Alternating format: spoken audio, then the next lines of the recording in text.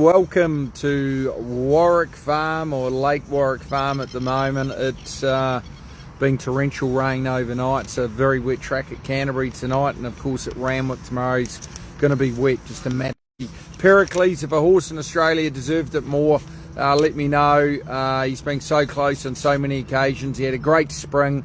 It's a fantastic ride by Craig Williams. He's able to get him into a lovely spot, and he's a very, very fast horse. He's got a great pedigree and very lucky to train him. What was your take on it, Luke Hilton? Yeah, it was fantastic. He deserved that. Brilliant ride by Craig. Just made the favourite work out process for a while, Bjorn, so it's nice to see it come off. Yeah, and very special to win in those colours too. They're worldwide. Any racing purists is very, very familiar regardless of what part of the world you're from. I think Godolphin have had up towards 500 Group 1 winners worldwide, so it's very special to be included in that list. And he had a good few days off at Northwood in Victoria there, and he got back early this morning, so straight on the track, straight back into the routine, Luke. Yeah, he looked fantastic. He's had a nice few days off, and a few targets ahead now. Yeah, so exciting. He will not go to the All-Star Mile next week. He will go to the George Ryder on Golden Slipper Day, $1 million weight for age 1500, and it's going to be a tough race, no doubt about it. But he's going to be a live chance, and I think the 4 weeks between runs is very good for him. Of course, he's also nominated in the Doncaster. Doncaster weights out this week, Luke. Never a dull moment. No, they were. So him and Steffi, I thought they got in okay. Yeah, it's the noms are super tough. There's a lot of good racing at the moment and good horses. And you look at the past winners of the Futurity, including my father's Turn Me Loose. I was underbidder on him actually. There's a yearling, Mr. Brightside, Alligator Blood, Probabeel, More Joyous. Some great horses have won it.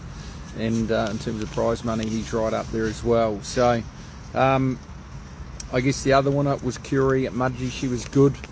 We always thought we've got a couple of horses coming off the track here. We'll have a look. He's in good order. And here's War Eternal. He won a great race last week. He's possibly going to go to Newcastle for the Newcastle Stakes on Friday, Luke. Yeah, he was fantastic. He's been building towards a good effort. He'd be happy to see this rain around. He just hasn't been able to get the tracks to suit. But if there's any rain around for Newcastle next week, he'll be right. It's very good the other day. We may even look at a race at Flemington from him. He's a bit tricky to place. Monty VB ran well again. Maybe didn't quite have the race to suit, so he's going to run Wednesday week. I think he's in good order. War Eternal was good. I thought Green Spaces was an okay return. He's definitely going to improve second up, and once he gets up over further, as expected. Right, talking about horses, we've got the English sales coming up in Melbourne.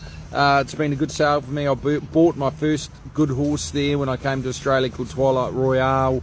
We've got the very promising Unleashing. Jim and Georgia are down there looking at them all, so we're definitely going to pick up a couple there. Maybe even a few more depending on how it works out. Obviously, if you're interested, please contact Georgia at bakerracing.com.au. So I'm there, but you need those new horses. Right. Next week, Luke, talk to us about Melbourne. What's happening? Next week, the All-Star Mile and Newmarket are the feature races next Saturday. We Melbourne trainers now. Well, I am apparently. Because I've got to go down there That's again. Right. That's right. Here we go. Here's Shozell, a lovely Schnitzel filly, and she's coming along well. And behind her, Jenny, let's have a full view, please. We've got Within the Law, who trialled earlier in the week, and she's never the greatest trialist, so she needed it to come on. But look, got a few options. She's just behind in terms of where we're at. We opted to give her a good break, but I'm very happy with how she's coming along. And here is Monty Supreme, who looks absolutely fantastic. And she's running next week as well, Luke. Yes, she's going to run in Challenge Stakes Group 3 over 1,000 metres, which is not an easy feat for her, but she's nowhere to hide for her. Her trials have been good, and she's very good fresh.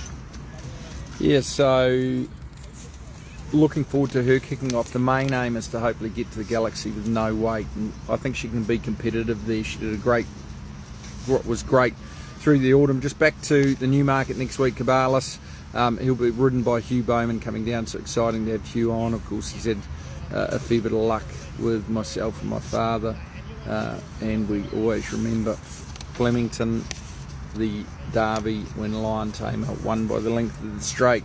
As well as that heel ride, Steffi Magnetica in the All-Star Mile. I think she's going great. How do you see her, Luke? Yeah, she was fantastic first up. She's come on from that. Mile's going to suit, big Flemington track, and she's improving with every run. We know she gets better into the preparation, but definitely think she's in with a live chance.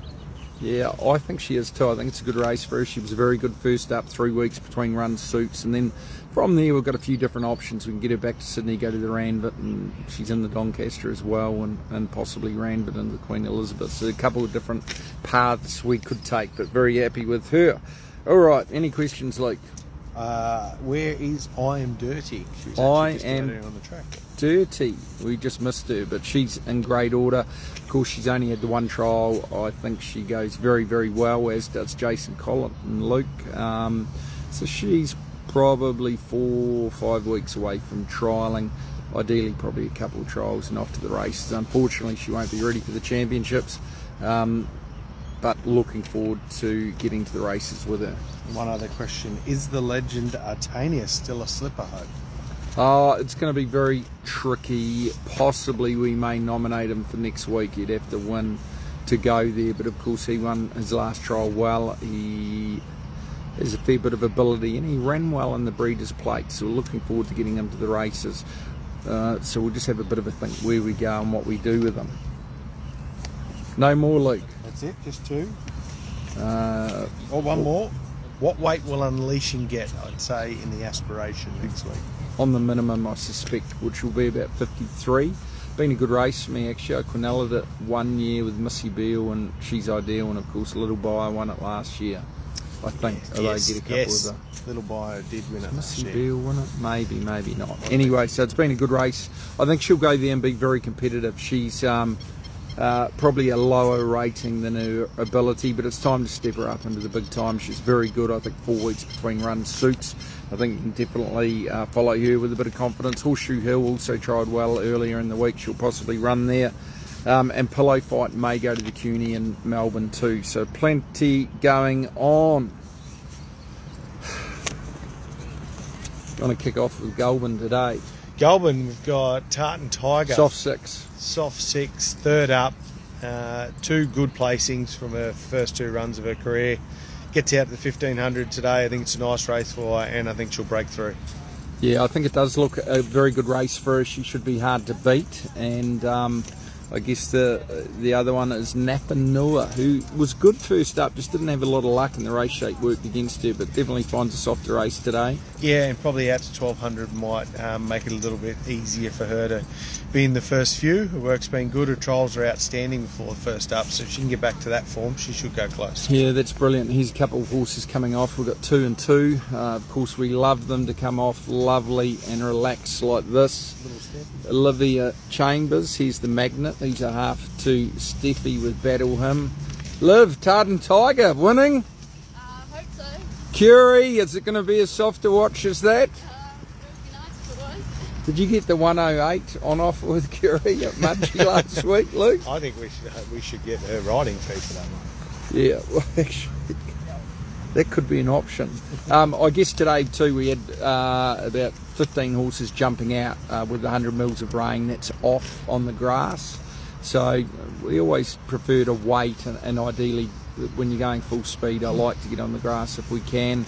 So it's just a matter of being patient. It's always hard to explain that, but I think the benefit does pay off, albeit frustrating. So big change of plans this morning.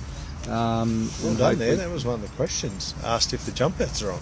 No, well they're on the poly track, but we get the poly track every day, and we'll probably gallop a fair few together tomorrow, albeit not quite race pace. So just try and keep a bit up our sleeve. There are trials next week on Thursday, and of course Tuesday week. So it's a very important jump outs is on the grass is a big part of what we do, and often we like to get them there and really get them going. So frustrating, but I have learnt the hard way that patience does pay sometimes.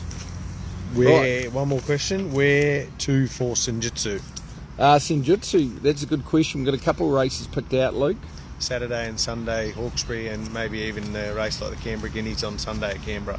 Yeah, and that might be a little bit tough for him at this stage. We'll just weigh it up. But he was very good winning his trial, so we'll just have to see how we go. Righto, Canterbury tonight. It's a soft 7 after 100 mils of rain, but I think when the rain comes really quick, it tends to go through the track.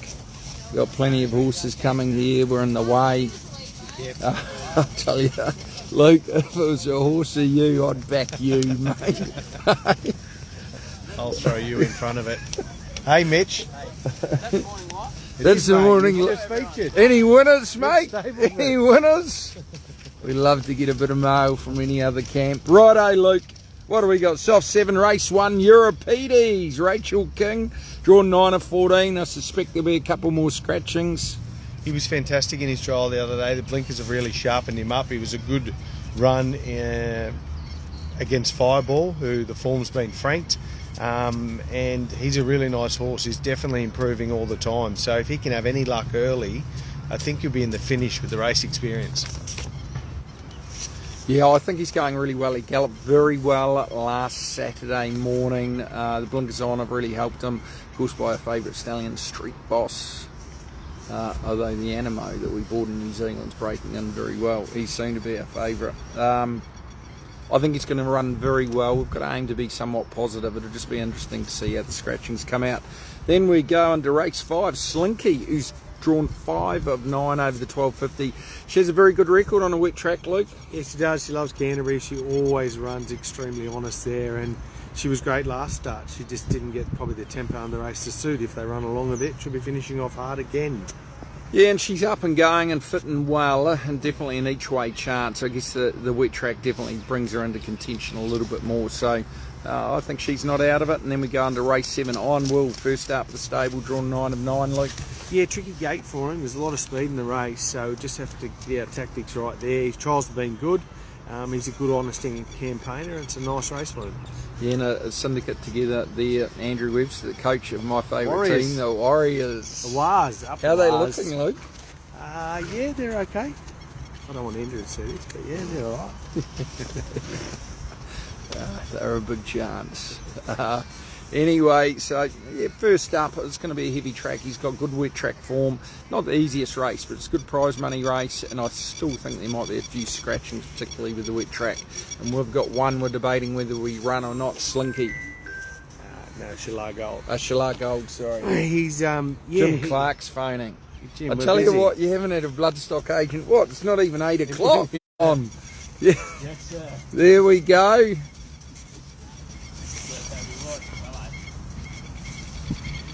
Yeah, Shalar Gold, he's been mixed his form this time, and his first 2 runs have probably been below par for him, so really sort of back to that form is in the race, but yeah, he needs to bounce back tonight. Rightio, wet, so it's definitely going to be, a lot will depend on today. I think the way the rain came down, though, it tends to go straight through as opposed to make it, even this morning at Warwick Farm, it's probably drier than we expected because we had so much rain in a quick time. So it's going to be interesting. It's going to be soft, no doubt about it, Luke. Yeah, definitely. Probably leaning into the cosy. He wants it wetter the better, and 2,000 metres second up, no easy feat, but he gets the blinkers on. I think he'll relish a wet track, and the step out in distance will help. He was okay first up without any flashing lights. Yeah, and I think the wetter the better for him. The blinkers go on. He's drawn an awkward gate, and there might be a scratching or two, maybe not. There's limited staying options at the moment, so I suspect he's probably going to have to do it the hard way. But he is going well and is better. And here comes Better Off Alone. She's in great order.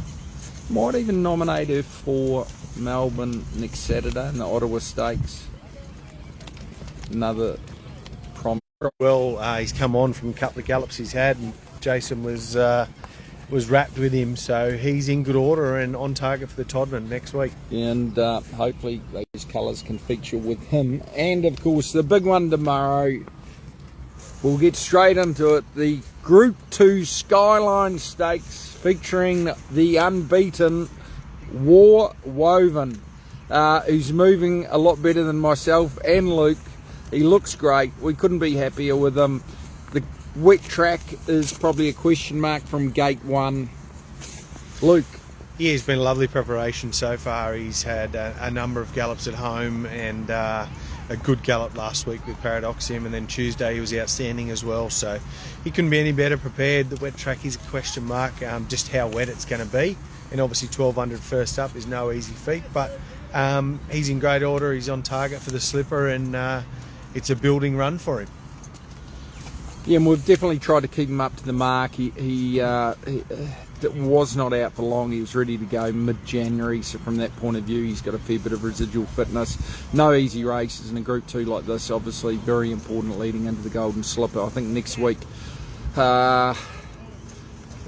ideally we want to run him.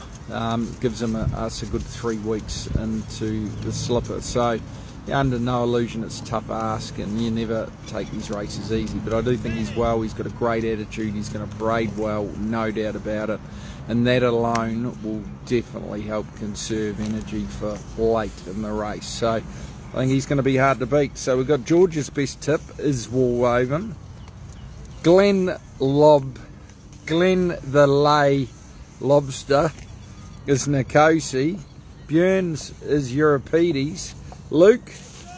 Well, I was going to go Euripides as well, so I'm with you there. And actually Slinky's a chance on a wet track. Righto, Luke, any more questions? No, that's it. We're all done. Done them all. Another Instagram live, done and dusted. I'm off to the tower to have a coffee. Good luck over the weekend.